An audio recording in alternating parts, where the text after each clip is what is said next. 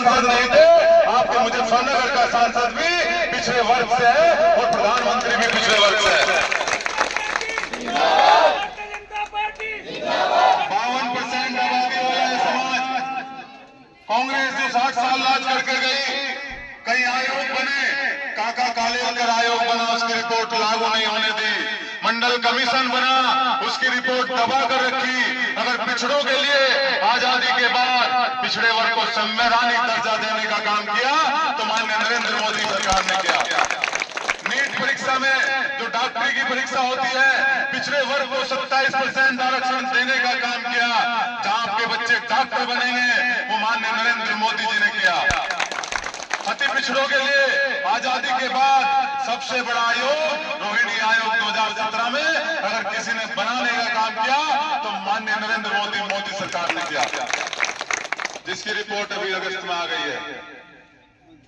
उस रिपोर्ट में कहा गया है जो कमजोर जाते हैं उनको ज्यादा हिस्सेदारी मिलेगी। तो मोदी जी ने जो कमजोर है उनको आगे बढ़ाने के लिए बिना भेदभाव के काम कर रही है सरकार। नहीं तो आपको पता है 2014 से पहले का समय याद करो, यहां पर लाइट नहीं होती थी। हमें खुद याद है जब आप दिल्ली जाते थे कभी तो सुबह निकलना पड़ता था, शाम हो जाती थी। मोदी नगर मुरादनगर में कई कई घंटे फंसे रहते थे। अगर आज किसी ने 2.5 घंटे में वो रास्ता बनाने का काम किया तो नरेंद्र मोदी सरकार ने किया।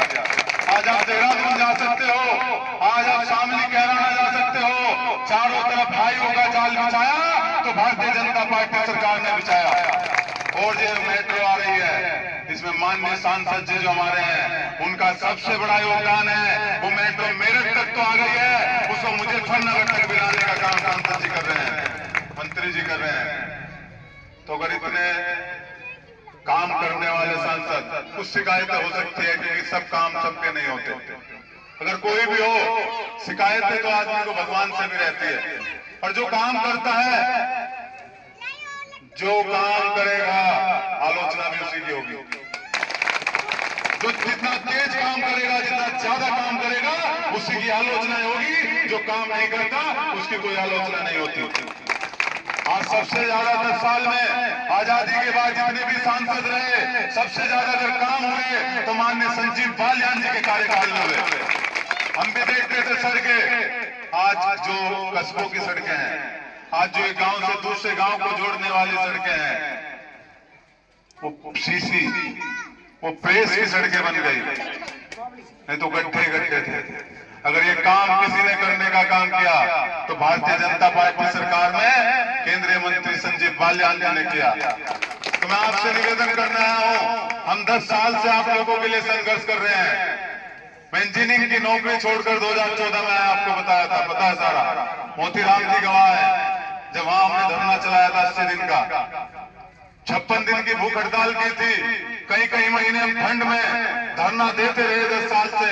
हमारी यही मांग थी कि अति पिछड़ों का हिस्सा अलग होना चाहिए और वो मोदी जी करने जा रहे हैं, ये मांग मोदी जी पूरी करने जा रहे हैं। हम कांग्रेस पार्टी में भी काम कर रहे थे, लेकिन माननीय मंत्री जी ने हमें मुख्यमंत्री जी से मिलाया, प्रदेश अध्यक्ष जी से मिलाया, हमने उनके सामने अपनी बात रखी। उन्होंने कहा तुम बाहर रहकर इस लड़ाई को लड़ रहे हो, विपक्ष में रहकर लड़ रहे हो, इस लड़ाई को सरकार में आकर अब बताओ और सरकार में आकर अपनी बात रखो। बुलाओ के सामने हम वादा करते हैं, मंदिर आपके सामने है। कुछ लोगों ने भ्रम फैलाया उस दिन हमने भारतीय जनता पार्टी ज्वाइन की क्षेत्र में कि आपका नेता बिक गया, आपका नेता भारतीय जनता पार्टी में पैसे लेकर चला गया। हम आपसे वादा करते हैं, जो लड़ाई हम पहले आपके लिए लड़ रहे थे वही लड़ाई अब जारी रहेगी, लड़ाई में कोई परिवर्तन नहीं होगा। आपके हकों के लिए हम 24 घंटे खड़े हैं, 24 घंटे खड़े रहेंगे।